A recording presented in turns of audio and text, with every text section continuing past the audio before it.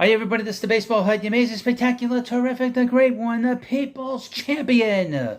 Your host, welcome back to the Baseball Hut too. I hope you like this video and subscribe. So over the last few days we've been talking about WFAN, the originator of the sports talk world, sports talk radio. So we have a lot of crazy shit going on at this radio station. A lot of crazy people. Sal Licata, who wore a paper bag over his head a few weeks ago. He's the host that does the midday show, the mid-morning, midday show with Brandon Tierney. He wore a paper bag over his head, talking about and being embarrassed about the Mets. Meanwhile, today he said the Mets are going to contend next year. What the hell? I mean, spastic, complete insanity. How do you go from saying, I'm going to wear a paper bag over my head because I'm embarrassed to be a Met fan, and then a few weeks later, you're telling everybody that's in the listening audience that the Mets are going to be good? I mean, the mentality. I mean, what a spaz. That's the first thing. The guy's he's one thing. Then we have Greg Giannotti, who's the other half of Boomer and Gio, or as I like to call him, Norman and Greg. The Norman and Greg show. Couple of things about Norman and Greg. Norman is good friends with Jeff Wilpon. Norman's also good friends with Dave Portnoy. Now I bring this up as a very kind of important backdrop to all this criticism that this morning show has been given Steve Cohen, the Mets owner, for the first 3 years of his tenure as owner here. I'm going to read you again. Now on Monday, Greg complained that the Mets' years under Steve Cohen has been a nightmare. He is completely deranged. And now he's doubled down on his insanity. This is again from Odyssey. Gio's sick of hearing 101 wins last year's defense of Steve Cohen's Mets tenure.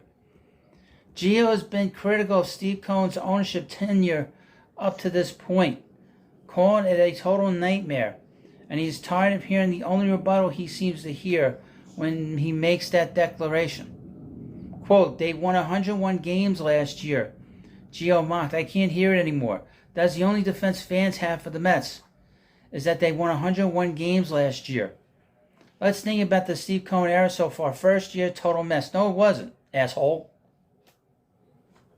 Half the year, they lost Jacob deGrom, the best pitcher in baseball, and they lost one of the best shortstops in the game.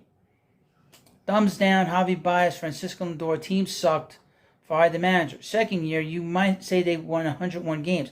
Not say it, asshole. They did it.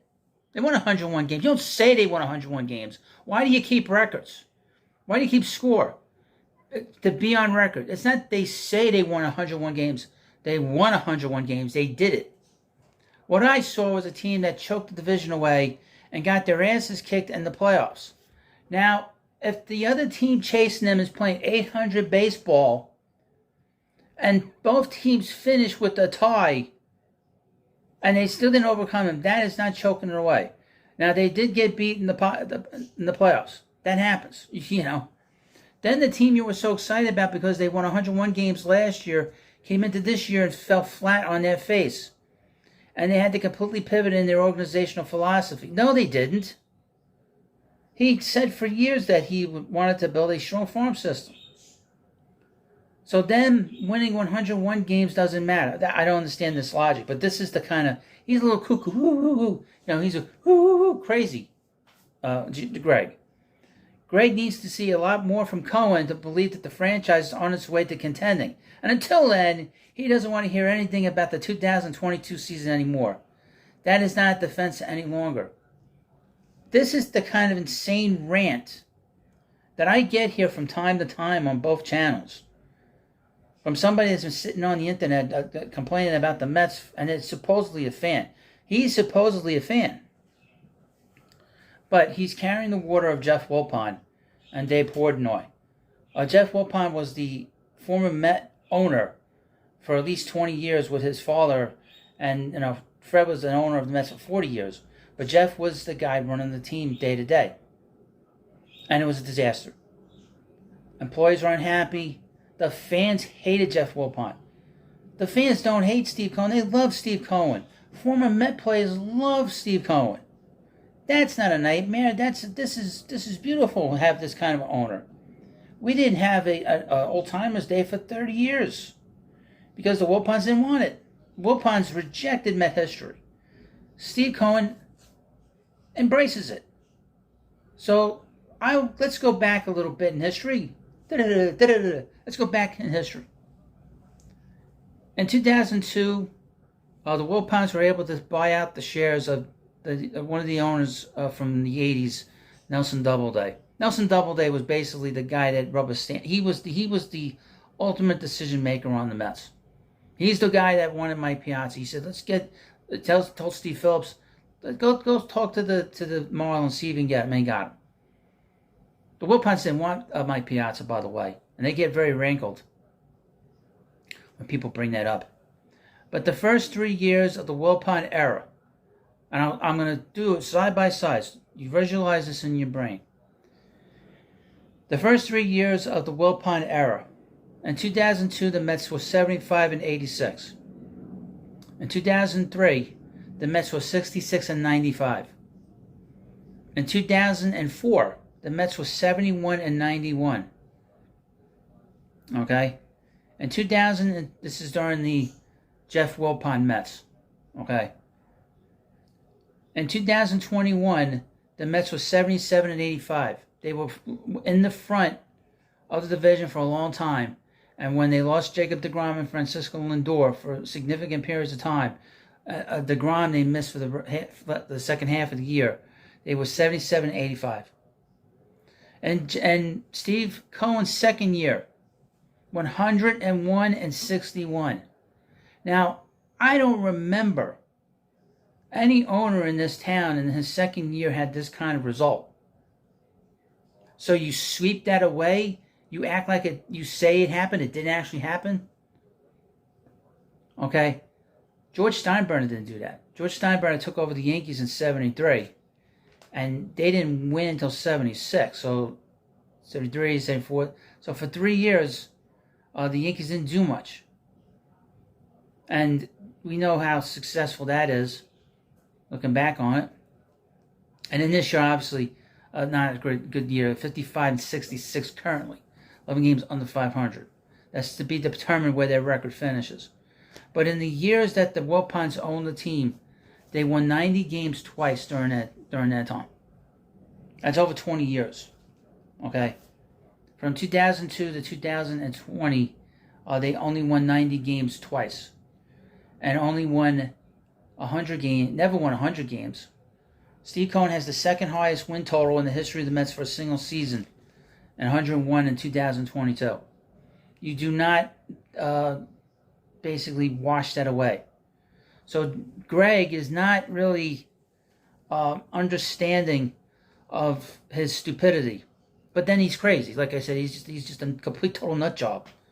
You know, screaming at calls, saying that he's not crazy. Starting beefs with other radio programs, and this is just, and again, to mention this again, he's carrying the water of Jeff Wilpon, his friend, and of Dave Portnoy, and Boomer can't do it because Boomer has gone after him quite a bit over the last few years. In 2021, there was this issue about these stocks that were being sold and bought online to the stock market. And as you know, Steve Cohen is a big hedge fund guy.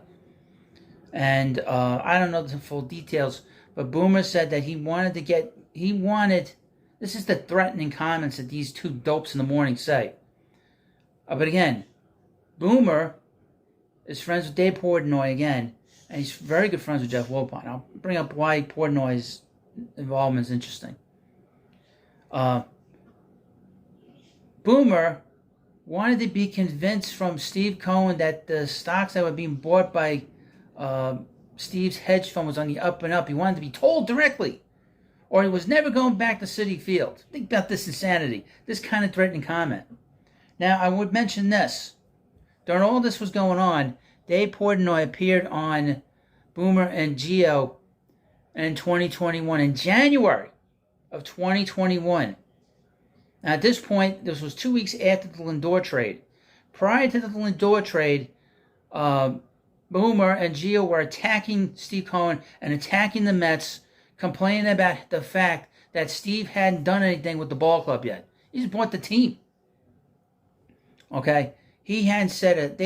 They were hammering the Mets for weeks until the Lindor trade happened. Okay? Keep that in mind. Dave Portnoy, let's go back to him.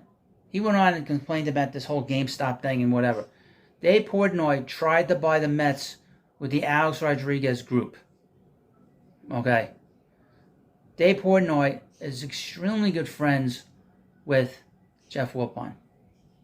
Jeff wanted Dave to run the ball club, wanted him to be the owner, and Jeff wanted to run the ball club.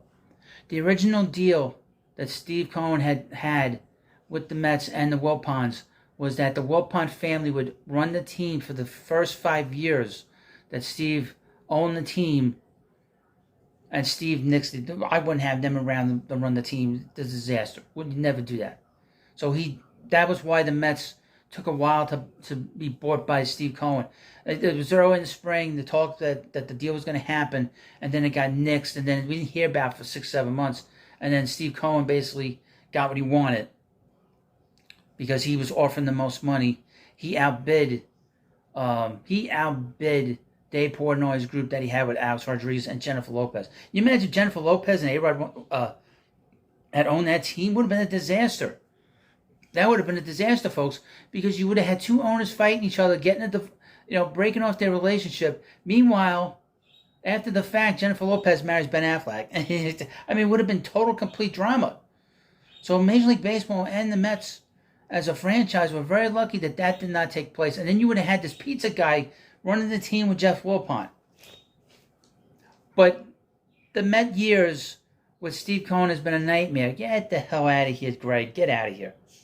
Well, if you like videos of somebody actually calling out the WFAN scumbags on the radio, this is the channel for you. I will say it like it is here. Okay, I don't listen to them too much. Once in a while I'll listen to them if I think it's interesting. I kind of became to like Evan and Craig Carton, but since Craig Carton realized this is garbage here, let me get the F out of here. They're going to make me go back into gambling. Let me get the hell out of here. And then he had a better gig too. He got out of there. Once that happened, I wasn't really interested in what they had to say in the afternoon. I mean, Evan and Tiki, holy shit. Boring. I want to know more about Tiki's career as a football player. I really couldn't care less. There's no more boring broadcasting than Tiki Barber, by the way. Nothing against him as a player or as a person, but boy, he's boring. And but I will call them out. So if you're a Mets fan, you're tired of this nonsense with these guys and these people. If you listen from time to time, this is the channel you want to watch. Because I'm gonna go after it. I'm just getting warmed up, folks. I'm just getting warmed up in the bullpen. So thank you for watching this video. Please subscribe to the Baseball Head too. Thank you, and I'll see you later.